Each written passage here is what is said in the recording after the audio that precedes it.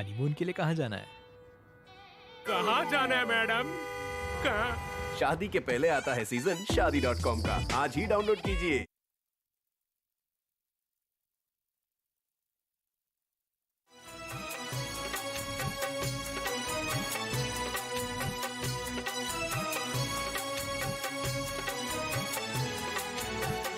कैसे तामीर हुए महल, कैसे खिश्त हुए संग, आइए जानते हैं शहर दिल्ली के बदलते रंग। कैसे तामीर हुए महल, कैसे खिश्त हुए संग, आइए जानते हैं शहर दिल्ली के बदलते रंग।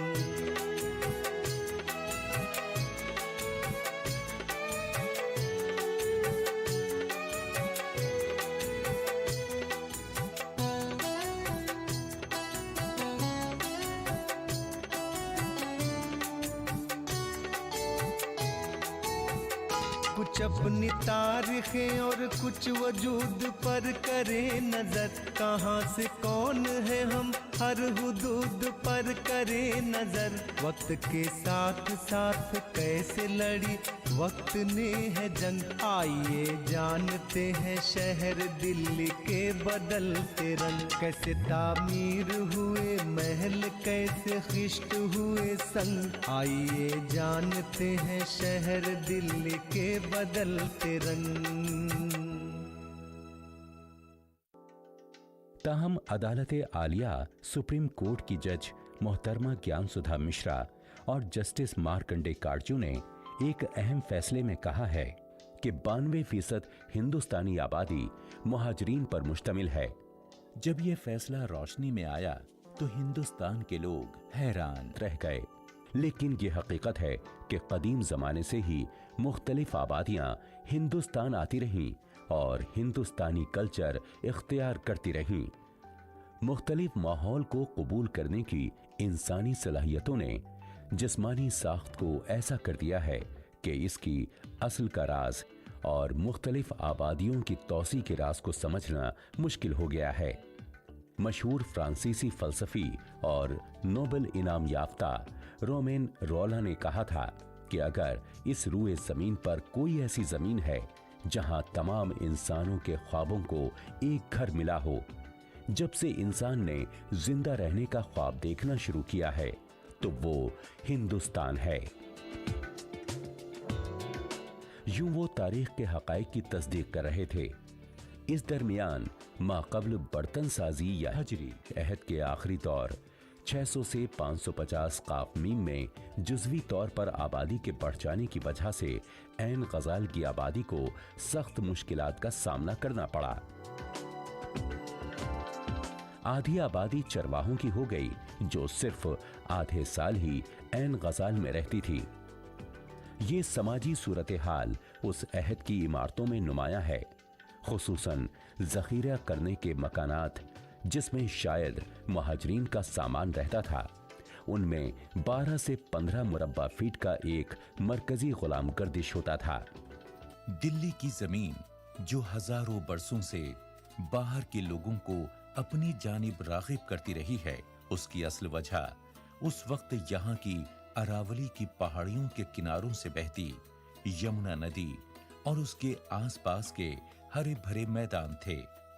जमुना का बहाव शिमाल मशरिक में 100 किलोमीटर से ज्यादा और जुनूब दक्कन में 40 किलोमीटर से ज्यादा तब्दील हुआ है। पानी और जरखेज मिट्टी की वजह से दिल्ली के आसपास भी कई बाहरी कबीले और उस वक्त के इंसानों के लश्कर आकर बस गए। उन्होंने सिर्फ जिंदा रहने के जराए ही नहीं तलाशे, बल्कि खुद को जंगली जानवरों, कुदरती आफात और बाहरी कबीलों के कहर से बचाने के औजार भी बना डाले। इंसान की फितरत हर वक्त कुछ नया करने की होती है। दिल्ली की जमीन पर बसे लोग भी कुछ इसी जानिब बढ़ रहे थे। उन्होंने अब बड़े पत्थरों या गारों का दामन छोड़ दिया था और वो अपने लिए नीची और झुकी हुई गोल छतों वाले मकान बनाने लगे थे। बाद में इन्होंने चौकोर छतों को बनाना शुरू किया और इनके मकानों की दीवारों पर मजबूत पत्थरों ने अपना सिरहाना लगा लिया। इसी तरह के मकानों के नक्शे उस वक्त के मगरिबी और अफ्रीकी मकानों में भी शुरू हो चुके थे। यानी इस जमीन पर लोगों का एक जगह से दूसरी जगह आना जाना मुसलसल जारी था। इस सरजमीन के लोगों ने जो औजार तैयार किए थे वो भी बड़े मुनफरिद अंदाज के थे। बाद में उनसे मिलते जुलते औजार हिंदुस्तान की नदियों की तहजीब में इस्तेमाल किए गए, जो दिल्ली के बहुत करीब है, जिसको रूसी आर्कियोलॉजी के माहिरीन स्रेजनी स्टॉक कहते हैं कि इनकी पहचान तकरीबन 100 मकामात से हुई, जो दरियाए नेपर के वस्ती साहिल में वाक़े हैं, जो बहरे अस्वद में जाकर गिरता है। सर स्टॉक के मुताबिक सकाफत के जमाने का तायुन दुश्वार है। स्रेजनी स्टॉक सकाफत के बाद यामना या गड्ढेदार कब्र कल्चर का ज़हूर हुआ, जिसने 3500 से 2800 काफमीम के दरमियान नशोनुमा पाई। सकाफती तौर पर दफनाने के अलग अलग तरीकों के अलावा इस सकाफत ने चौकोर नोकदार मीनार तामीर कराने को भी रिवाज दिया, जो पत्थर के मुजस्समों के साथ शुरू हुए होंगे और पूरे यूरोप में फैल गए होंगे। गड्ढेदार कल्चर से वाबस्ता बर्तन भी हाथ से बनाए जाते और खुदरे हुआ करते थे। इसके अलावा सकाफती तौर पर इनके जेवरात भी अलग और मुमताज होते थे। लेकिन इनकी सबसे काबिल जिक्र ईजाद पहिएदार सवारियां थीं, जिनको वैगन का कदीम नमूना कह सकते हैं। वो जहां भी गए इस कल्चर को साथ ले गए। इनमें तेज रफ्तार घोड़ा गाड़ी और बैलगाड़ी भी शामिल थी। गैर काश्तशुदा घास के मैदान के माहौल को लोगों ने कामयाबी के साथ इस्तेमाल किया और अपने लिए अच्छी जमीनों की तलाश में यूरोप व एशिया की मुख्तलिफ समतों में हरकत की, जहां अकामत पजीर होकर वो नई तहजीबों की बनाओ तश्कील का काम कर सकते थे। कुछ इब्तदाई यूरोपियनों ने, जिन्होंने यूनान से नक्ल मकानी की थी, जल्दी ही जबान की मकतूब शक्ल को तरक्की दे डाली।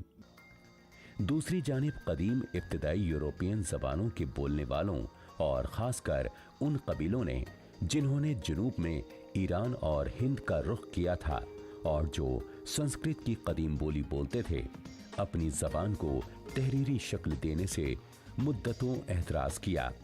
नतीजा ये हुआ कि कदीम लिटरेचर व तारीख के दस्तावेजों की तदवीन ना की जा सकी और कदीम वक़ाए को तहरीर में ना लाने से न सिर्फ कदीम वक़ाए का रिकॉर्ड नहीं रखा जा सका, बल्कि उन जमानों में अदबी तहरीरें भी नहीं लिखी गईं और इनका इम्कान हमेशा के लिए महदूम हो गया। डॉक्टर राजेश कोचर, एक एमिरेट साइंसदान और माहिर फलकियात, बताते हैं कि इस इब्तदाई इंडो यूरोपियन जमाने में एक तरक्की ये हुई कि घोड़े पाले जाने लगे, जिसने उस सोसाइटी को बदल कर रख दिया। उसने खाने का एक वसीला मुतारिफ कराया। इसमें ज्यादा बात यह थी कि घोड़े रखने वाले बड़ी मुसाफतें कतई कर सकते थे और पैदल चलने वाले कल्चरों पर तेजी से हमला कर सकते थे और उन्हें जवाबी कार्रवाई का खौफ भी नहीं होता था। चीनी स्टडीज से पहले दिल्ली में भी घोड़ों भेड़ों को पालने का रिवाज शुरू हो चुका था। दिल्ली के बारे में ये भी सबूत मिलते हैं कि यहाँ पर वक्त के साथ साथ मुख्तलिफ जबानों का भी बोलबाला रहा। यहाँ संस्कृत से लेकर तुर्की, फारसी, हिंदवी और उर्दू जैसी जबानों ने अपने को यहाँ के लोगों के बीच किसी रेशमी जाले की तरह बुन लिया। अगर सही कहें तो इंडो यूरोपियन जबानों को भी एक मुकम्मल पनाह देने वाली जमीनों में भी दिल्ली कहीं पीछे नहीं है। चीनी स्टडीज और इंडो यूरोपियन जबानों पर एक अथॉरिटी प्रोफेसर मायर, जो पेनिनसिल्वेनिया यूनिवर्सिटी में उस्ताद हैं, कहते हैं, चीन को अक्सर ऐसी खालिस तहजीब समझा जाता है जो अलग थलग तरक्की पजीर हुई, जो इस्ताराती तौर पर एक बड़ी दीवार के पीछे थी।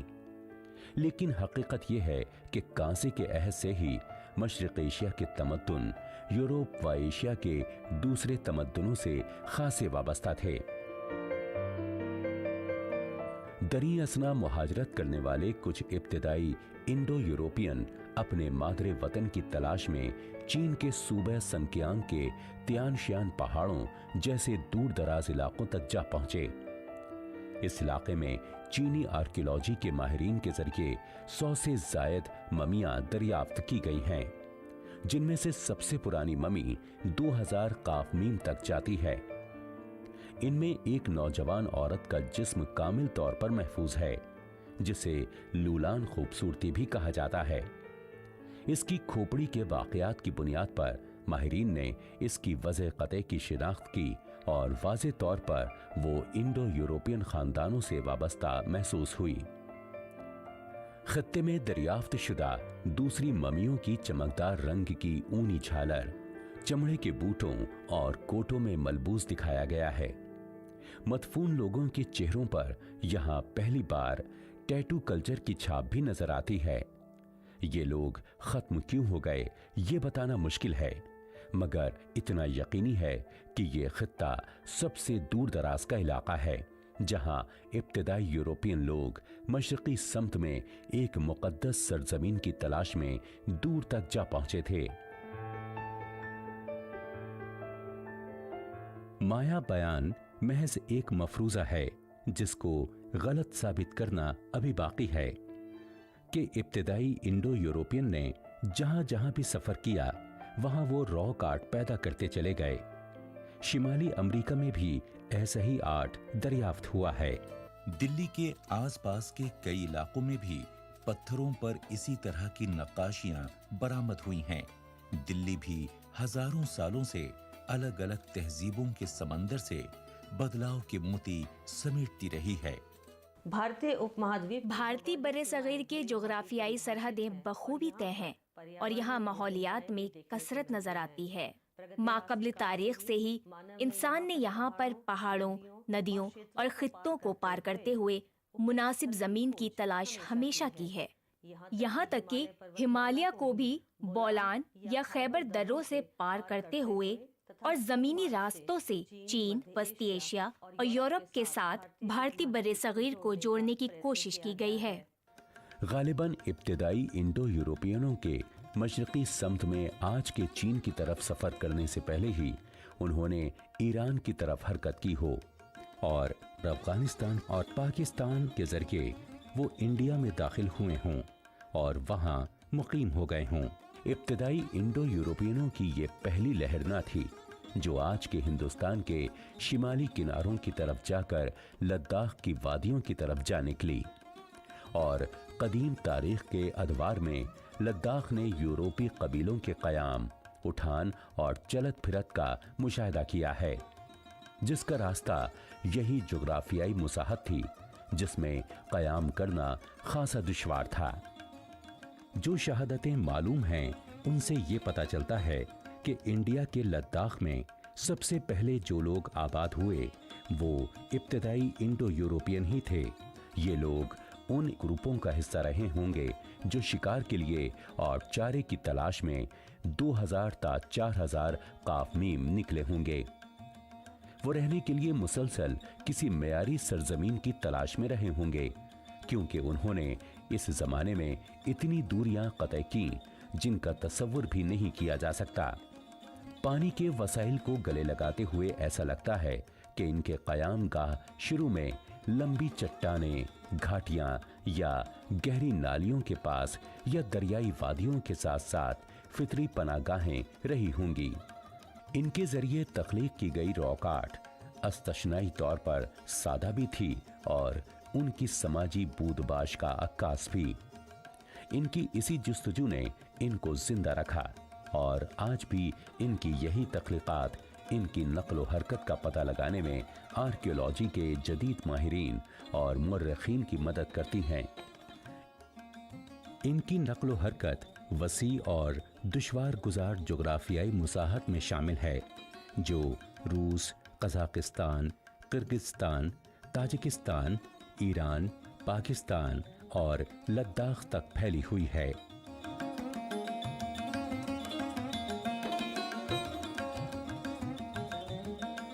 हुंडार और डिस्कट नामी गारों की दरियाफ्तें उन्हीं सियाहतों का नतीजा करार दी जा सकती हैं। ये बड़े बड़े फितरी गार हैं जिनमें आसानी से खासी इंसानी आबादी की समाई हो सकती है। अनासिरे फितरत से बचाव और खासकर बारिश के अय्याम में ये उनको पनाह और तहफ़्फ़ुज़ फराहम कर सकते थे। उन्हीं लोगों के बाज़ ग्रुपों ने चट्टानों पर नक़ूश भी छोड़े हैं जो वादी बर और सियाचिन ग्लेशियर के पास ससुमा वगैरह के दरमियान बिखरे हुए हैं। अच्छी बात यह हुई कि दरियाए सिंध को गले लगाने वाले दूसरे ग्रुपों के हश्र से नावाकिफ दूसरे इंडो आर्यन ग्रुप अब गिलगित, सकाडू, गोल और खालसी के महवर पर मुतहरिक थे, जबकि बाज़ ग्रुप गिलगित, सकाडू, कारगिल, दराज और जोजिला दर्रे को उबूर करके और कश्मीर से गुजरकर बरज़हूम तक जा रहे थे। भले ही दुनिया के किसी भी हिस्से से इंसानों ने एशिया की तरफ कूच किया हो, लेकिन वो उस वक्त के हिंदुस्तान या कहें इस खूबसूरत खित्ते की तरफ खींचते चले गए होंगे। कश्मीर, लद्दाख से होकर आहिस्ता आहिस्ता दिल्ली के मैदानों की तरफ बढ़ते ये दूसरे ग्रुप और इंडो आर्यन लोग हर जगह के पत्थरों पर अपनी मुसव्वरी के निशान छोड़ते चले आए। इनके बुजुर्गों ने जो रॉक आर्ट पैदा किया था वो जरूर इंडो आर्यन के नए ग्रुपों में एतमाद बढ़ा रहा होगा और उनकी रहनुमाई कर रहा होगा। जो ग्रुप वादी कश्मीर के बरज़ूम पहुंचा, जो वादी कश्मीर में है, जो 135 किलोमीटर लंबी और 32 किलोमीटर चौड़ी है, वो खुशकिस्मत था। बरज़ूम श्रीनगर से 16 किलोमीटर शिमाल में और समंदर के लेवल से बस 1800 मीटर ऊपर वाक़े है। टीएन खजांची और उनकी आर्कियोलॉजिकल सर्वे ऑफ इंडिया की टीम जिसने वहां खुदाई की है, उन्होंने बताया कि इस मकाम ने भी इब्तदाई इंडो आर्यनों को वही माहौल दिया जो उनके वतन में था, और मजीद ये कि ये मकाम ऊंचाई जमीन पर वाक़े है जिससे कब्जागीरों को चारों तरफ उफक में देखकर किसी भी आने वाले खतरे का एहसास हो सकता है। इस मुकाम में जिंदगी को बरकरार रखने वाला पानी मयसर था और बखूबी था। साथ ही नदी के बहाव से बनी हुई जमीन काश्त के लिए अच्छा मौका फराहम करती थी, जिसने बरज़हूम हजरी दौर के आखिरी मरहले के लोगों के लिए कयाल और बका के लिए एक अच्छा मकाम फराहम किया। सबसे पहले कयाम पजीर होने वाले 2300 ता 2700 काफ मीम के दरमियान कयाम पजीर हुए, जिन्होंने वस्त एशिया के गड्ढों में रहने वाली कौमों की इत्तबा की। रिहायशी गड्ढे मुस्तरीर या गोल किसी फितरी जमीन में ही खोदे जा सकते थे। वो अपनी बनावट में इंसानी पेशों की तरफ भी इशारा करते थे। मिसाल के तौर पर इन गड्ढों के हाशियों पर सुतूनों के सुराख ये बताते थे कि वहां किसी खत्म हो जाने वाले मादा मसलन बर्च का पेड़ का ढांचा रहा होगा, जिनको लकड़ी के खंभों पर हिफाजती पर्दे की तरह रख दिया जाता था। स्टोरेज वाले गड्ढे जिनकी दरियाफ्तें हुई हैं, बाज जानवरों की हड्डी, पत्थर या हड्डी से बने आलात पर मुश्तमिल होते और रिहायशी गड्ढों से करीब करीब होते। ये भी लगता है कि उस जमाने में ये खित्ता जानवरों से भी पुर रहा होगा, क्योंकि हजरी दौर के आखिरी मरहले के इंसानों की बका के लिए उनका पाया जाना जरूरी था।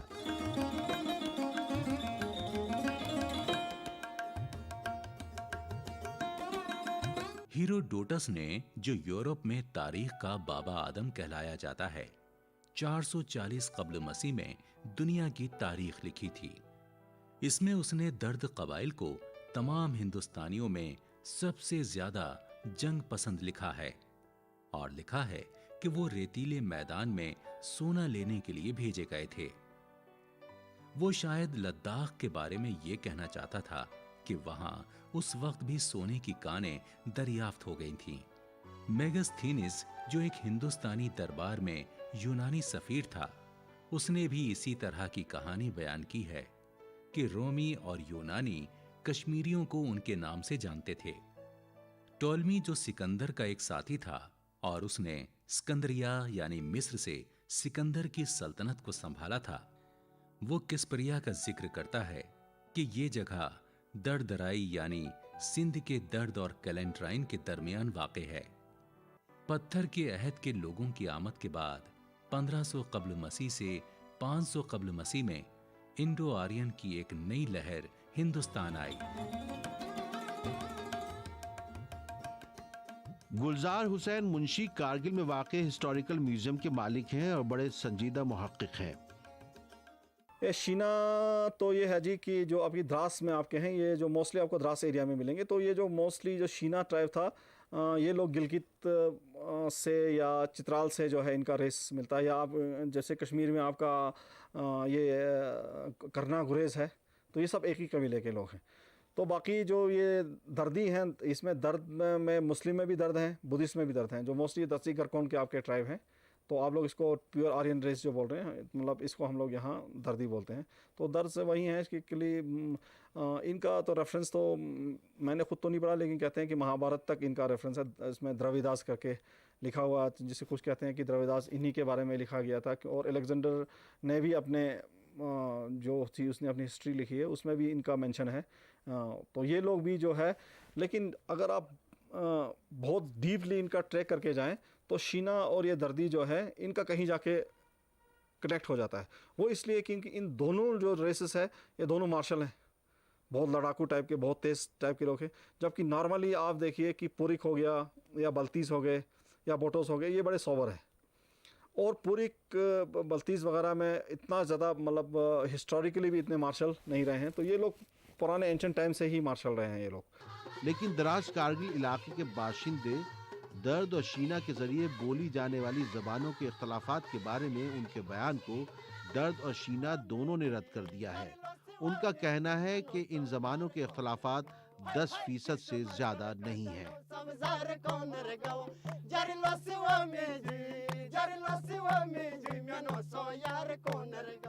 इस तरह से इंडो आर्यन अपना सफर तय करते गए और आहिस्ता आहिस्ता हिंदुस्तान के बाकी हिस्सों पर छाते चले गए। दिल्ली हमेशा से ही इनके लिए सबसे पसंदीदा जगह रही। अगर तारीख पर नजर डालें तो दिल्ली की जमीन पर ही बादशाहों ने अपनी सल्तनतों के पाए धसाए।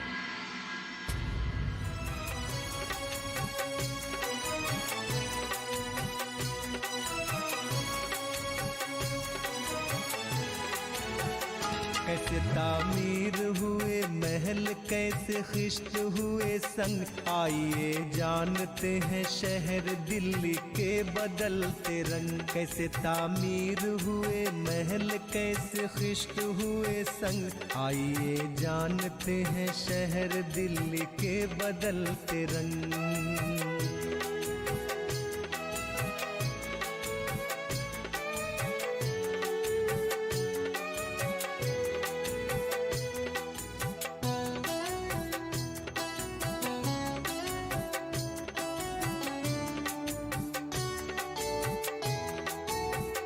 कुछ अपनी तारीखें और कुछ वजूद पर करे नजर, कहाँ से कौन है हम हर हुदूद पर करे नजर। वक्त के साथ साथ कैसे लड़ी वक्त ने है जंग, आइए जानते हैं शहर दिल्ली के बदलते रंग। कैसे तामीर हुए महल, कैसे खिश्त हुए संग, आइए जानते हैं शहर दिल्ली के बदलते रंग।